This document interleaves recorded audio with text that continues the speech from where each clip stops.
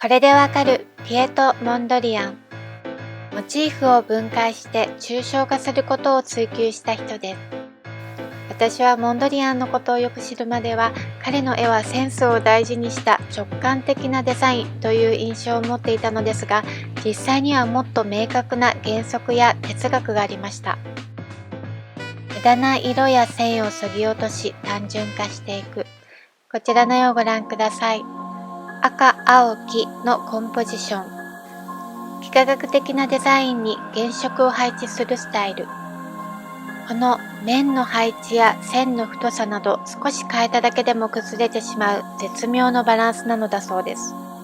そしてこの垂直線と水平線についてその意味を哲学的にも明確化しています。彼にとって垂直は男性でありハーモニー、そして水平は女性でありメロディーなのだそうです。二つの対立している力であって、それが存在しているすべてのものを支配している要素に他ならず、それら二つの相互作用が生命を構成するものだと言っています。最初は風景画に最も深い関心を持っていたのですが、木や建物、さらに海や空を経て、やがて大自然から宇宙へというように次第に広がって変わっていきます。一体どんな人だったのか、彼の生涯を覗いてみましょう。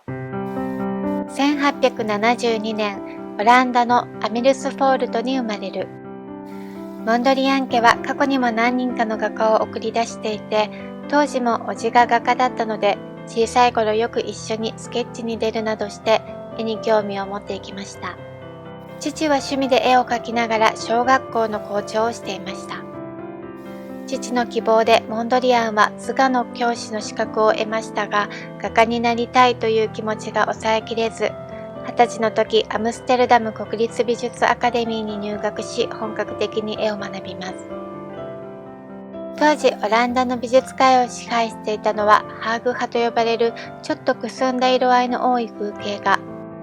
モンドリアンも最初はこのハーグ派の影響を受けますが、だんだん細部の描写にこだわらず対象を大掴みに描くという手法に惹かれていきます。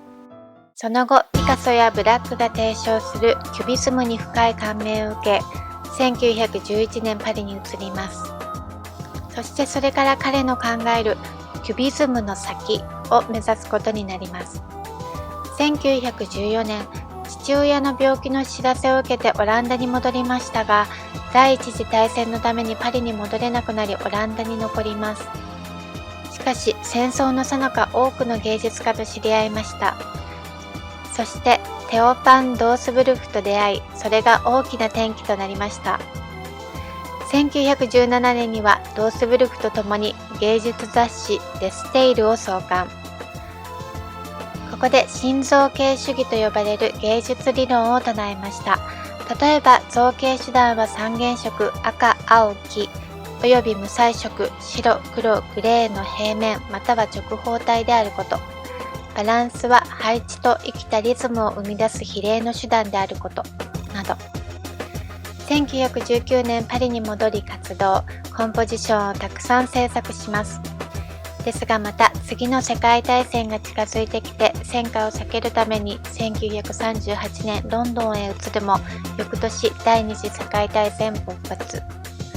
ロンドンの住居の庭にドイツ軍の爆弾が落ちたことでニューヨークに移住することを決意しました。そこでまた新たな刺激を受けます。ニューヨークではヨーロッパと違って芸術に対して柔軟で、感性さえ合えば受け入れてもらえました。また街のネオンやジャズのスイングを感じさせるリズミカルなノリ。彼はそこからいろいろなものを吸収し作品にしていきます。こちらの絵をご覧ください。ブロードウェイブギウギ。リズミカルで浮き立つ感じが伝わってくるような、なんだか見ていて楽しくなる作品。モンドリアンはニューヨークを存分に味わって楽しんでいたのではないでしょうか。1942年、初の個展を開きました。翌年にはブロードウェイブギウギがニューヨーク近代美術館に購入されます。1944年、肺炎のため71歳でこの世を去る。では最後に他のモンドリアンの作品を見ながらお別れいたしましょう。ご視聴ありがとうございました。